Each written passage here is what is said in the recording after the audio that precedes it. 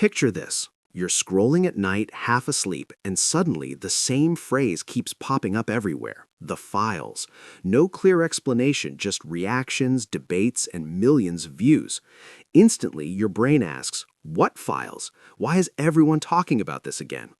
That curiosity is exactly why this topic keeps resurfacing, because it mixes mystery with real-world legal history. The truth is far less dramatic than rumors, but far more complex than a simple headline. The term refers to large collections of court records, investigation notes, emails, and transcripts gathered over many years during official legal processes. Instead of one shocking reveal, it's more like opening a warehouse filled with paperwork, where each page only shows a small fragment of a bigger timeline. What keeps viewers watching is the contrast between expectation and reality. People expect a single hidden secret, but what actually exists is detailed documentation that requires context to understand. Legal documents often include names, dates, or meetings that are neutral or procedural, not automatic proof of wrongdoing, which is why interpretation matters more than assumption. Another reason the conversation never fully disappears is redaction, where certain sections are hidden to protect privacy or comply with legal boundaries. Those blacked-out areas naturally trigger curiosity because the human mind dislikes incomplete information and tries to fill gaps with imagination. Add social media speed into the equation, and partial facts can quickly transform into viral theories, even when the original material is slow, technical, and cautious in tone. The informative takeaway isn't about drama or accusations, it's about understanding how public records work, how investigations generate massive archives, and how online discussions often move faster than verified conclusions. When viewers focus on confirmed details instead of speculation, the story shifts from rumor to education, revealing how public transparency, privacy protections, and digital culture intersect. And that intersection, where official documents meet public curiosity, is the real reason this subject continues to capture attention, because it isn't a single secret waiting to explode, it's an ongoing lesson in how information spreads, evolves, and demands careful interpretation from anyone willing to look beyond the surface. Before the documents, before the debates, there was a man whose name kept appearing in headlines because his life combined extreme wealth with extremely serious criminal allegations. He moved in elite social circles, owned luxury properties, and had access to private travel and influential networks, which is why the story drew so much attention when investigations revealed accusations involving the exploitation and trafficking of minors. The public focus wasn't only on the individual himself, but on the scale of the legal inquiries that followed.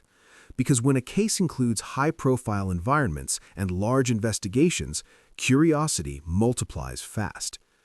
What many viewers don't realize is that most of the material people call the files is not a single secret list, but massive collections of legal records, sworn testimonies, emails gathered as evidence, court motions, contact logs, and procedural notes created during official investigations.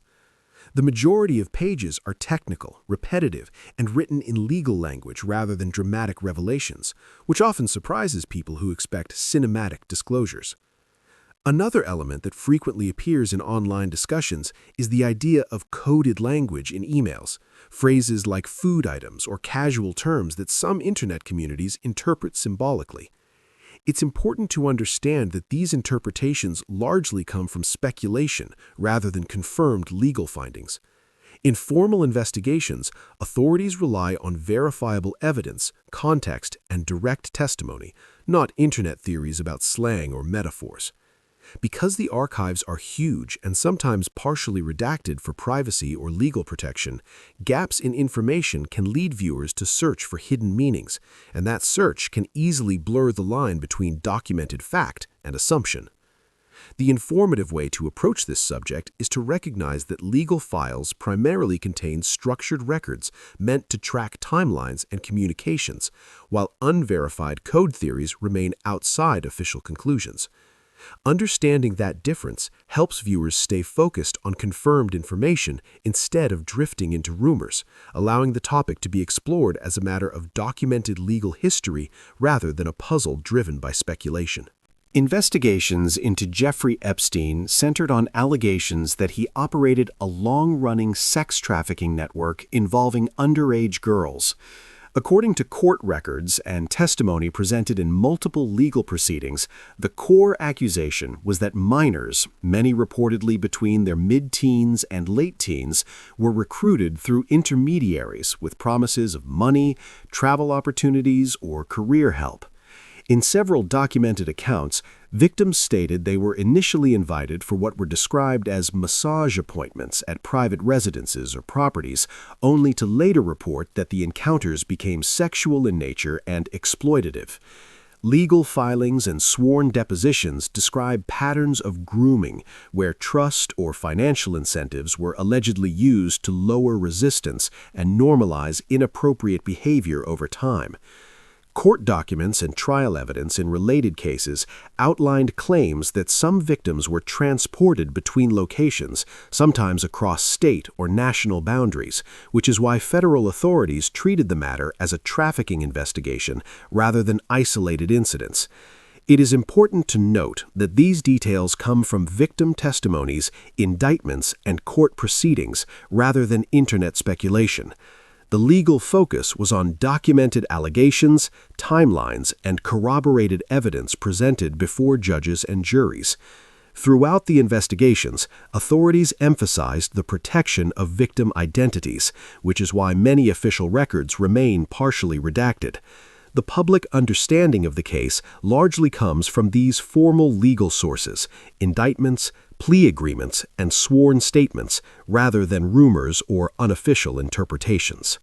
What makes this topic different from ordinary news is that it never really reaches a clean ending.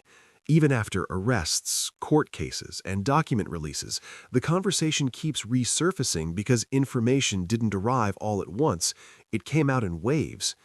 Each new batch of records, court unsealing, or media report reopened public curiosity. And when people feel a story is only partially visible, attention naturally returns to it again and again. Another reason is the mix of legal privacy and public interest.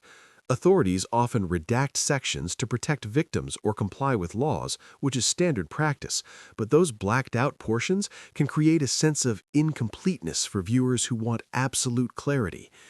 At the same time, the digital age amplifies everything. A single headline, short clip, or screenshot can spread to millions within hours, sometimes without full context, and that speed makes complex legal material appear simpler and more dramatic than it actually is. News cycles also play a role. Whenever related court documents are mentioned or historical timelines are revisited, algorithms push the topic back into public view. What keeps audiences watching isn't only the past events, but the broader questions it raises about transparency, record-keeping, and how modern media shapes perception. Instead of being one explosive revelation, the story behaves more like an ongoing archive that people revisit whenever new details, clarifications, or discussions appear, which is why it feels less like a finished chapter and more like a subject that periodically returns to public attention. When you zoom out from the headlines and online debates, the most important thing to understand is that this entire subject is less about hidden lists or dramatic secrets, and more about how information is interpreted in the digital age. Large legal archives don't arrive as clear stories. They arrive as technical records, witness statements, timelines, and evidence logs that require context and patience to understand. One reason confusion grew so quickly online is the discussion around so-called code words in emails, phrases like food items or casual terms that some internet communities believed had secret meanings. However, it's crucial to clarify that these interpretations largely come from speculation and online theory culture, not from official court rulings or verified legal conclusions. Investigators and courts base decisions on documented evidence, sworn testimony, and corroborated facts, not symbolic interpretations of everyday language. This difference between verified documentation and online assumption is what shaped the public narrative. When people encounter partial information, redactions, or unclear wording, the human brain naturally looks for hidden patterns, and social media accelerates that pattern-seeking behavior. But legally, meaning comes from context, direct evidence, and due process, not from decoding slang or metaphors without confirmation. The broader lesson here is about critical thinking, understanding how transparency and privacy protections operate together, how media amplification can distort scale, and how patience is required when dealing with complex legal material. Instead of chasing rumors or expecting a single explosive answer, viewers gain more by recognizing how records are created, why some details remain protected, and how verified facts are separated from speculation. This serves as the closing part because it brings the focus back to understanding, responsibility, and informed viewing rather than mystery or accusation, ending the narrative on clarity rather than controversy.